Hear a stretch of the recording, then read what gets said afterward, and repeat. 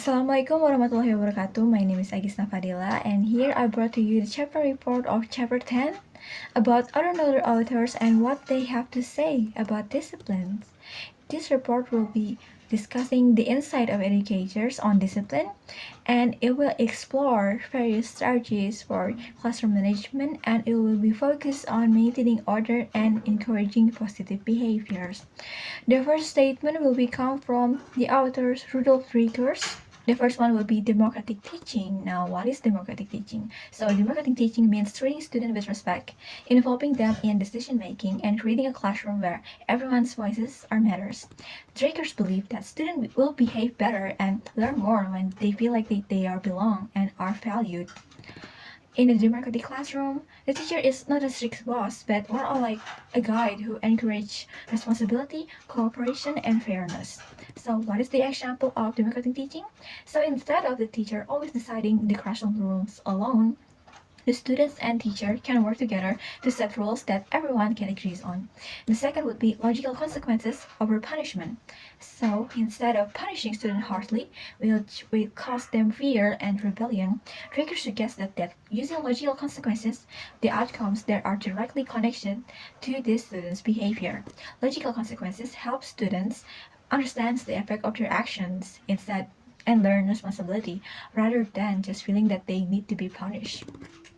For example, if a student breaks a class material on purpose, a logical consequence would be that they will have to fix it or replace it, not something unrelated like writing I'm sorry hundreds of times. Next would be the author's William Glasses.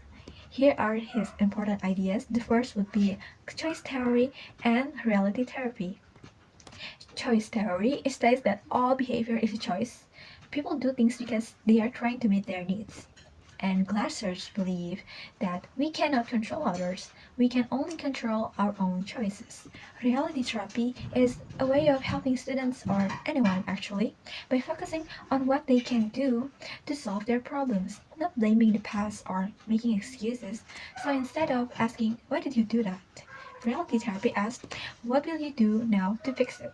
Next will be Thomas Gordon's key ideas. The first one would be Teacher Effectiveness Training, or TET.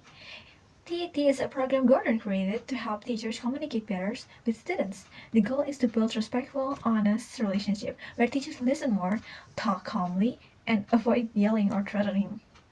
So instead of commanding the students, teachers learn how to solve problems together with the students. The key idea is that good communication means better classroom behavior and stronger trust between teachers and students. Here is an example of this. So instead of saying, stop talking right now or you'll get detention, a TET trained teachers might calmly say, when there's noises during a lesson, I feel frustrated because it's hard for everyone to concentrate. Next will be an explanation for Frederick H. Jones' key ideas. First is body language and proximity control. Jones believed that a lot of disciplines can be handled without speaking, just by using body language where you stand in a classroom. Proximity control means standing close to a student who is misbehaving. Often, just your quiet presence nearby is enough to stop their bad behavior. A good body language, like standing tall, making calm eye contact, and facing a student, show that you are in control without being aggressive or yelling. For example, if two students start whispering during a lesson, the teacher might slowly walk over and stand near them without stopping the lesson, and they often get quiet down quickly. Next will be Lee and Marlene's Gardner Key's ideas. First will be assertive discipline. Assertive discipline is the classroom management approach where the teachers clearly state rules and consistently enforce them. The teachers are firm but fair. They don't yell or get emotional, but they also don't let this misbehavior slide. The key is for the teacher to be assertive, strong, and confident, and not passive or aggressive. Students know exactly what behavior is expected, and they know that there will be consequences if they break the rules. For example of this is that the teacher can say, in this class, when I'm talking to you, you listen. If you interrupt, you lose 5 minutes of recess. Second, their second ideas are clear expectations and consequences. Counselors stress that rules and consequences must be made very clear since from the beginning. Students should never be confused about what behavior is expected or what will happen if they misbehave. And here's the most interesting part of Roberto Rosso's ideas is that brick wall, jellyfish, and backbone teaching style. So Rosso described three types of discipline styles that teachers and parents often use. So the brick wall style is that it's about being very strict, a lot of rules and punishments and no flexibility. But the problem is that students feel controlled and fearful. As for the jellyfish style, it is very weak and no clear rules or boundaries. The students feel insecure and confused for the problem. And the last is backbone style. It is firm but flexible. Teachers have clear rules but also respect the students' feelings and grow. This is the best style. It builds trust, responsibility, and inner discipline.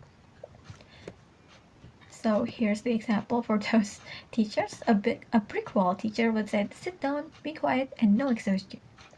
A brick wall teacher would say, sit down, be quiet, no excuses. No excuses. A brick wall. Okay, so for example, a brick wall teacher would say, sit down, be quiet, no excuses.